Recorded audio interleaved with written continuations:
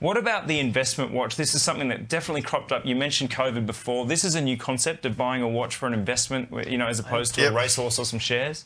I don't think it's a new concept because you look at artwork and things like that. There's always been this thing of investment, and people, you know, if you think early '90s investment watches really came to their forefront. I think the new part is how wide this is, how common it is. Well, watches have become a mobile asset class. I think, but the other thing, yes, it is a mobile asset class, and that's something. New.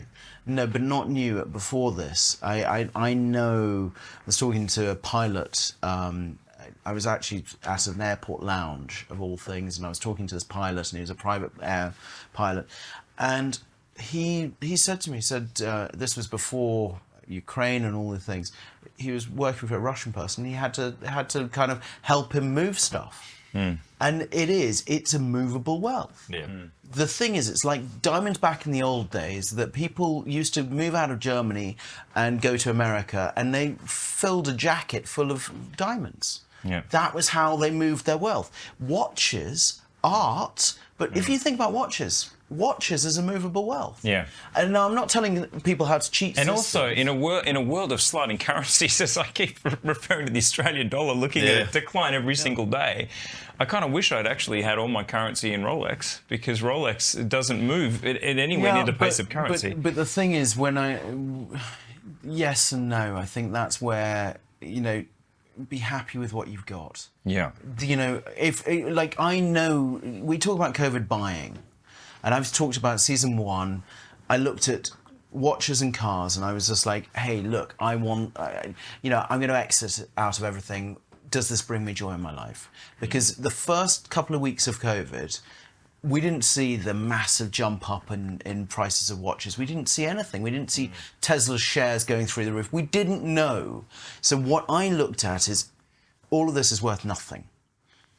Does it bring me joy? If it doesn't, get rid of it. The Marie Kondo theory. Yeah, but that's where I think to myself is, even like every time that you're coming to sell something, you never get what you think it's worth. You know, it hasn't got box papers and a swing tag and it hasn't been touched by such and such. You know, it's one of those things that you never get what you think it's worth. You always think it's worth X. It's kind of half of X because someone will go, because they need to make their margin. Yeah. So for me, that's where I don't think about this as investment, because my advice to anyone on investment watches is, wear and enjoy it, because that's why you've brought it. Love the watch. And I think your bigger point there is that there can be a perception from the outside that, you know, that this is this is an easy game. You buy in and then the watches appreciate, you sell them. What you're saying, that's so true.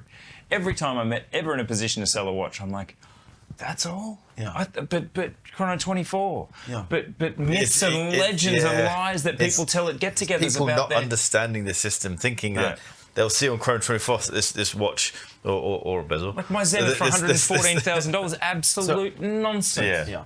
So, no, the investment watch, I think, does exist. The concept does exist, but I think perhaps people are really going to get stung by that. If you see now, look at all those stats. If you bought high, you're in big trouble. Big trouble now. You think of all the memes that are coming out at the moment, all the things about, you know, buy low, sell high. You know, I remember the first time.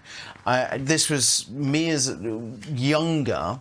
My father wanted to teach me about shares and stocks and shares, because he thought it was a very good lesson of saying, hey, this is stocks and shares. So he said, okay, you've got £10. What share would you put on? And I said, I'll put it on this. And I said, you know, the secret of this is buy low and sell high. And he went, yeah, it'd be great in life, wouldn't it? But he said it doesn't work out like that. At what point is it low? At what point is it high? You can only see that in the past. And that's the thing is, you know, I always go back to Warren Buffett. And, you know, if you think about shares and things like that, he holds on to things for such a long period of time. He holds these shares because he sees longevity. The cycles. You see some of these Holy Grail watches. Don't think of making your money back in 5 years. Make it back in 20 years. Yeah.